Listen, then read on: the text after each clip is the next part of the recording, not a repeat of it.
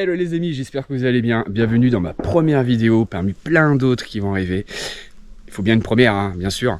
Donc cette vidéo là, ça sera une présentation tout d'abord de tout ce qui va se dérouler dans les prochaines vidéos. Je vais vous expliquer tout ça. Et aussi présenter mon bac, parce que c'est quand même la base pour faire mes vidéos de rando. Donc je vais vous montrer tout ça, je vais vous expliquer. Donc voilà, alors première vidéo. M'en voulez pas si, c'est voilà, comme tout le monde, hein, c'est toujours tendu les premières.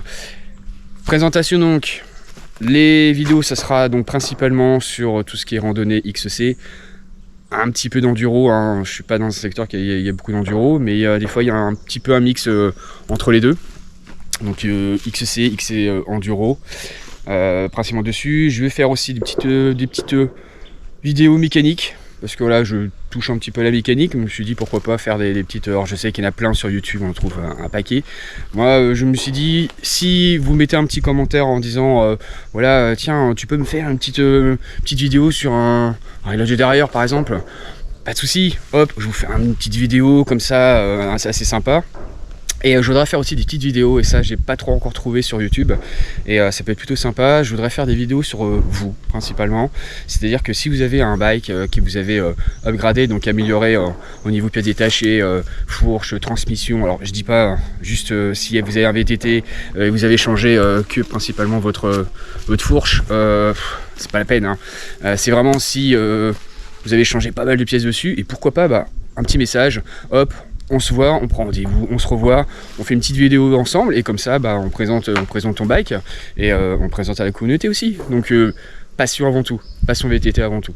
Donc voilà, maintenant je vais vous présenter mon bike. Pour ceux qui s'en fichent un peu ce que j'ai raconté avant, qui veulent vraiment voir mon bike, donc maintenant on va présenter mon VTT. Allez, c'est parti.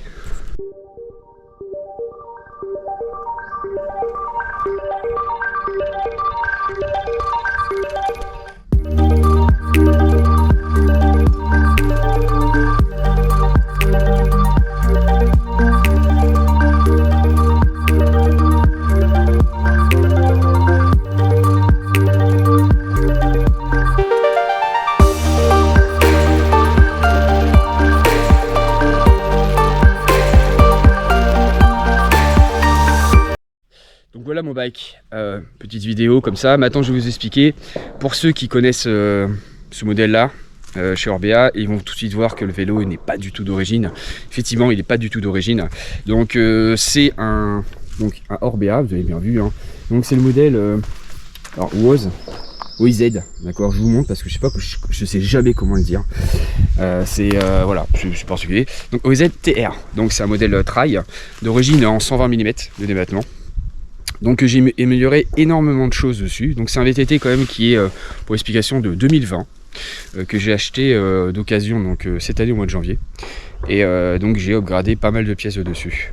Donc quand je l'ai acheté, j'avais l'avantage, c'est que l'ancien propriétaire a changé déjà les jantes qu'il y avait. C'est pas les jantes d'origine dessus. Ça c'est des DT Sweets XR 1501. Bon, je sais qu'il y a plein de pieds, faut connaître, hein, DT Sweets, c'est assez énorme, il y a plein de modèles. Pour vous juste dire que ces modèles là, c'est les modèles, en fait, une des modèles les plus haut de gamme qu'il y a chez DT Sweets, c'est les jantes en aluminium. Ils sont en 75 grammes quand même, plus lourdes, pardon, pas plus légères, plus lourdes que des jantes en Crossmax Elite Pro Carbone, quand même. Donc ça le fait. Donc déjà j'ai fait une bonne occasion là-dessus, hein. Faut avouer, c'est pas tout le monde qui change des paires de jantes comme ça à 1000 €. Hein. Donc déjà j'ai fait une bonne affaire. Donc après, ce que j'ai changé, j'ai beaucoup changé dessus, beaucoup changé de choses dessus. Et je pense que ça va être mieux, c'est de dire, je vais vous dire ce qui était d'origine dessus, qui reste d'origine dessus, ça serait carrément mieux quoi. Donc ce qu'il y a dessus, ce que j'ai réussi, forcément c'est un cadre. Alors c'est un cadre en aluminium, pas en carbone. Un cadre en aluminium. J'ai laissé l'amortisseur arrière, il est d'origine, donc c'est un performance DPS. Peut-être changer, je vais pas vous cacher, j'ai peut-être le changer par un factory, pas tout de suite, mais je suis en pour parler avec moi-même, et je crois que ça va être, voilà. En fait, c'est par rapport à comment il est mon VTT, comment il est équipé, je pense que c'est la dernière pièce qu'il faudrait dessus. Même si, franchement il est très performant. Je dis pas, il absorbe super bien, la géométrie du cadre elle est vraiment top, l'anti-pompage il est vraiment parfait, mais voilà, je pense que c'est vraiment pour finir le vélo, mais ça on verra ça plus tard. Donc ensuite, ce que j'ai laissé d'origine, c'est la tige de selle télescopique de leur marque à eux. Alors je sais pas si vous, mettez-moi un petit commentaire. Moi franchement c'est ma première tige de selle télescopique que j'ai, et sincèrement je m'en sers très rarement. Alors, après ça fait pas longtemps que je l'ai. Après j'avoue j'oublie des faits de la mettre, parce que j'ai tellement roulé sans tige de selle télescopique que forcément des fois je l'oublie. Mais je trouve pas trop l'utilité, après peut-être par rapport à comment je roule ou quoi que ce soit, les types de terrain. Mais dites-moi en commentaire si vous en avez une. Est-ce que vous en servez réellement ou pas, sincèrement. Moi perso pas trop pour l'instant, donc bon, je la laisse d'origine, elle est très bien. Quand je vois les prix des tiges de selle télescopiques, c'est abominable. Donc dites-moi en commentaire, je suis curieux franchement. Voilà, je fais des vidéos entre nous, et sincèrement je vous poserai beaucoup de petites questions comme ça, et j'aime bien savoir voilà, comment vous roulez, qu'est-ce que vous avez comme matos, et voilà, je trouve ça assez fun quoi. Donc mettez-moi un petit commentaire. Selle. Alors c'est une selle d'origine, pareil, selle Italia, très bien. Franchement, elle fait bien son job. Bon, à partir de cinquantaine de bornes, commence à avoir mal au cul quand même, j'avoue. Voilà. Mais par contre, sinon, elle est très bien.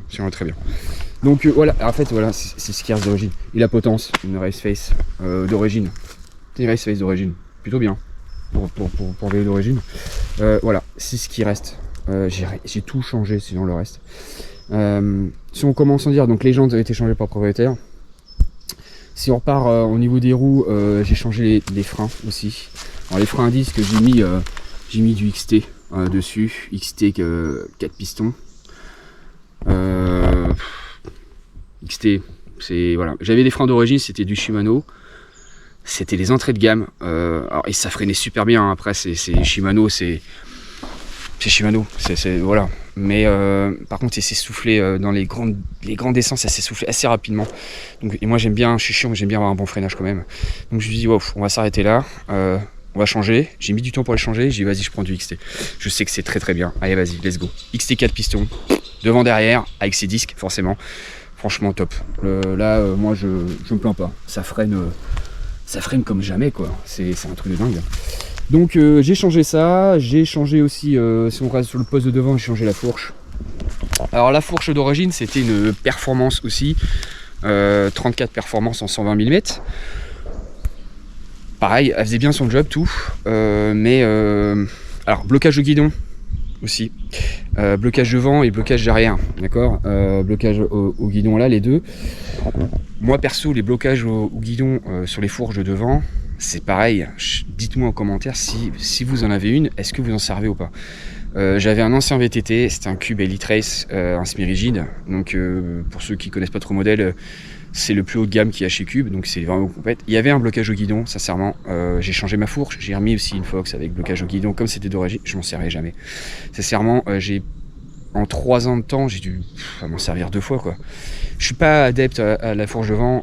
Alors après, c'est un choix. Je trouve ça pas trop utile dans les côtes. Après, c'est un choix. Moi, j'ai des potes qui en ont. Ils bloquent. Ils me disent, ouais, ils s'en servent beaucoup. Après, c'est chacun sa conduite. Donc, moi, perso, je m'en sers pas. Je trouve ça inutile. Et ça gâche un peu, en fait, un réglage. Parce que sans vouloir, souvent, c'est grip 2. Tu bloques, tu ouvres. Et basta. Que si tu le prends pas, quand tu prends avec 100 blocages au guidon, comme celle-ci, t'as énormément de blocage au niveau de la Fox. Là, t'as des... Ici, tu tournes, t'as une dizaine de réglages ici, donc sans compter celle-ci, mais t'as une dizaine de réglages au niveau du blocage que tu t'as pas sur le blocage. C'est guidon ouvert, fermé, donc rien que ça déjà c'est un avantage. Et moi, je voulais retrouver sur mon VTT, je me suis dit, si j'achète un tout suspendu, je voulais avec un blocage au guidon à l'arrière, pour me retrouver un peu comme l'esprit en fait semi-rigide, et ça par contre le blocage à l'arrière au guidon c'est génial. Si vous voulez changer VTT, moi c'est vraiment c'est un conseil que je vous donne, prenez que le blocage au guidon à l'arrière, que à l'arrière. À l'avant, si vous n'êtes pas trop à l'avant, je vais me fatiguer par les mouches, si vous voulez pas trop à l'avant, franchement ça c'est top le blocage à l'arrière. Donc j'ai changé ça. Alors par contre je l'ai mis en 130, hein. J'ai changé, hein. Je voulais mettre Je voulais mettre du 120, on remettre en 120 et après je me suis dit je vais passer en 130 parce que 130 je trouve que c'est mieux. C'est qu'un centimètre de plus mais ça fait c'est une différence quoi. C'est une différence. Franchement ouais. Alors il y en a certains je sais qui vont me dire ouais mais la géométrie du cadre elle a changé, tu passes un centimètre de plus, ça améliore tout, ça change tout ton poste. Ouais ça change tout mais je me suis dit bah écoute je coupe un centimètre, j'essaye, si ça va pas je coupe un centimètre, je retire une bague et basta quoi. Ah oui ça change encore la géométrie, je m'en fous. Et moi je me dis que de toute façon si ça me plaît, je prends du kiff avec, c'est l'essentiel. Après voilà, géométrie, machin, tout ça, chacun. Je les vois les commentaires déjà, hein, machin, elle t'améliore, mais tu sais pas. On fait ce qu'on veut, voilà, prends du kiff et c'est essentiel. Ensuite, j'ai changé tout ce qui est transmission. Après la transmission, j'ai changé, donc toujours du SRAM descendant. C'est la version 7K, si je ne me trompe pas, c'est-à-dire que c'est la version carbone. Il y a deux versions dessus, et ça c'est la version carbone. Très bien, alors en 32 dents là-dessus. C'est génial, niveau qualité, prix, poids, je trouve que c'est vraiment très bien. Bon voilà, dessus j'ai mis des pédales au-dessus. Alors c'est des pédales en carbone, c'est des pédales en look X-Rex carbone. Je vous conseille ces pédales là, ils sont top. Alors, ils sont un peu chers, je l'avoue, mais par contre ils font son taf. Été comme hiver, c'est génial. J'ai beau rouler dans la bouillasse à mort l'hiver, sincèrement j'ai pas de soucis, ça accroche. Les pédales ils sont imbibés de glaise, ça accroche. C'est phénoménal. C'est phénoménal. Franchement, un conseil. C'est cher, mais vous y retrouvez largement quoi. Chez XT, XX1, pardon, pas XT, XX1, avec sa cassette qui va avec. Donc 1050, la cassette. Je suis bien. J'ai pas mis 1051 rien parce que voilà, ça me convient, je mouline déjà largement assez comme ça à l'arrière. Donc très bien. Derrière. X01 avec échappe grise, pas noire, ça change pour écouter téléphone. Donc transmission complète a été changée et après on termine sur le poste de pilotage. Poste de pilotage, je suis sur j'ai mis un race face, je le trouve tout simplement je le trouve top, je sais pas ce que vous en pensez mais je sais pas ce que vous en pensez mais moi je le trouve top. X-Race orange comme ça, ça claque, c'est la version Atlas avec le petit map dessus et tout là, je sais pas si on voit bien là, franchement qui va bien. En plus comme j'avais dit d'origine c'est un race face au niveau de la potence, top. Alors j'ai pas dit aussi j'ai XX1 au niveau des shifters, donc et les poignées je les ai laissés d'origine hein. Ils sont très bien, les poignées d'origine de chez Orba et franchement rien à dire, j'accroche bien et tout. Donc non, je vais pas changer. Donc ça va très bien, voilà. On est sur ça. Alors je sais que les bagues, c'est juste les petits bagues qui sont pas la même couleur. Hein. J'ai pas réussi à trouver à peu près la même couleur. C'est difficile. Hein. Mais voilà, on est sur un ensemble assez sympa quoi, je trouve. Donc bon. Pneumatique de 10 à l'avant, de 20 à l'arrière. Voilà. Scorpion à l'arrière. R, MTB R. R pour rire, pour l'arrière. Spécifique à l'arrière. Alors c'est pareil, je vais faire des petites vidéos. Je suis peut-être la poisse, mais je crève énormément sur mes vélos.